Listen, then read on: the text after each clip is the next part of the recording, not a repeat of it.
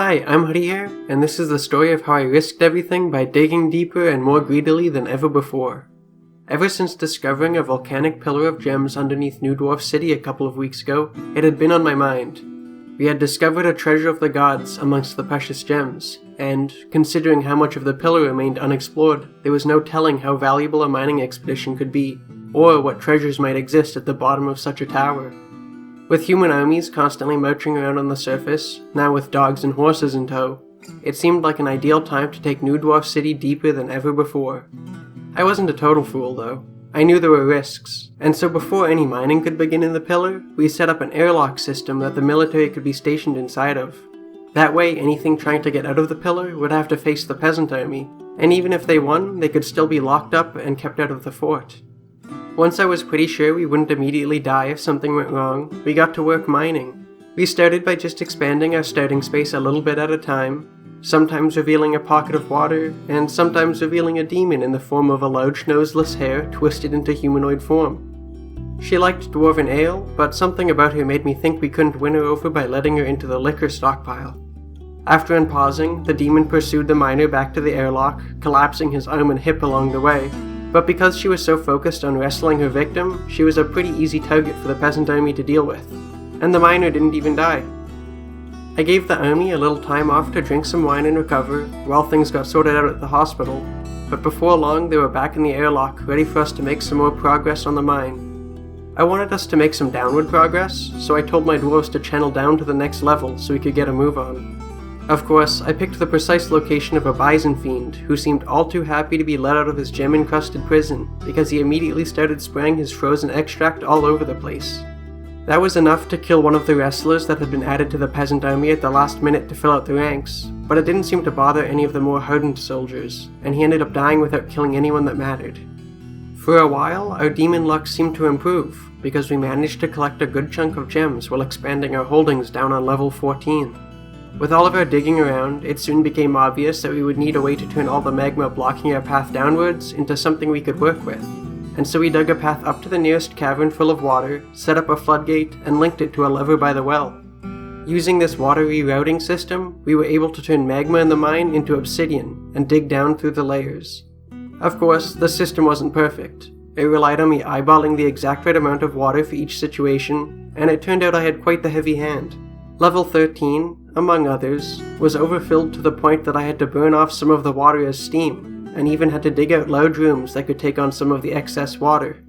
Level 14 had proved to be no problem, but on level 13 we not only had the flooding problems, but encountered two more demons too. A bison fiend and a grey brute. Technically the grey brute came from a hold down to 12, but the miner it eviscerated with its mandibles got injured on 13, so we'll count it. Both fiends died quickly against the trained fighters they came up against, though in terms of spraying goo and frozen extract around the place, they put up quite the fight. With the fiends dealt with, the soldiers got a quick break before we were back to it, establishing a beachhead on level 12. The one miner we had left who hadn't been killed or horribly injured wasn't doing a good job of actually mining things, and I didn't want to be losing any more legendary miners in freak demon accidents, so I recruited some anonymous peasants for the task, and whipped them up a couple of quick iron picks. While trying to free up some extra space on level 14 that I could use to access the area on 12 that I had horribly overflooded, another hare brute was revealed. The two peasant miners trapped all the way down in the mine had no chance against him, and both were killed in not so nice ways. He also managed to do quite a number on Reg Bridgebraided, who it could be fairly assumed was turned into a slug given the trail he left behind on his way out of the airlock.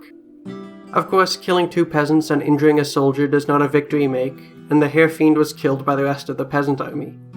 After some well-timed floods and controlled burns of the mine, we were able to get down to level 11 for the first time, and soon after we reached level 10.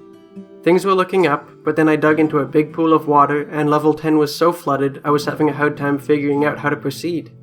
Eventually, after going back up to 13, we tried to take an alternative route down to 10 that flooded 11 with magma, and it was all very complicated. But what wasn't complicated was that in the middle of messing everything up, we had discovered adamantine on level 8, the true prize of digging too deeply and too greedily. Despite the setback, my enthusiasm was reinvigorated by the discovery, and was soon doubly reinvigorated by the discovery of Ognal, the pale metal warhammer on level 11. Even a bison fiend killing my fisher dwarf turned miner in a single kick couldn't bring me down, and we were soon back down to 10, only 2 levels away from the adamantine. What happened next was less than ideal. Down on level 10, we revealed another demon, only this was no hairbrute or bison fiend. This was a specter of flame, and the smoke that obscured it proved to be a deadly cover in the airlock, as all of my hardened soldiers struggled to find it as they were killed. Both Risen and Bombwreck didn't make it out, and without locking the doors and raising the bridge in the airlock, the whole fort probably would have fallen. Luckily for us, demons were powerful, but the concept of a doorknob was beyond their comprehension, and so the specter of fire could be kept safely in the first airlock, like a zoo animal we couldn't see that had the power to kill us all. I briefly considered cutting my losses and trying to regroup after losing 2/3 of my military, but instead decided to bypass the first airlock room and continue digging down towards the adamantine. Anyone left in the fort with military experience was recruited and placed into the second airlock room as we prepared to get back to mining. The tensions were high when the miners were sent back into the mine to dig the stairs down to 9, and they remained high as we carved out a little space on 9 for us to use to get down to 8. I thought that perhaps it was a one-off, and that we would be fine, but digging down to 8 revealed a flaming spirit in the form of a moth. What followed was very similar to how the whole specter of flame ordeal had gone down. Dwarves couldn't see through the smoke and were melted where they stood, as the flaming spirit was able to walk through them unperturbed. In this case, just as in the case of the specter of flame, the demon was sealed into the airlock. In the pursuit of adamantine riches, we had lost 1/3 of our population, down from 99 to 66, but now we were truly too close to give up. We had gotten down to floor 8, and with the reveal of the flaming spirit, we had corner access to some adamantine. Slowly, bit by bit, we dug it up.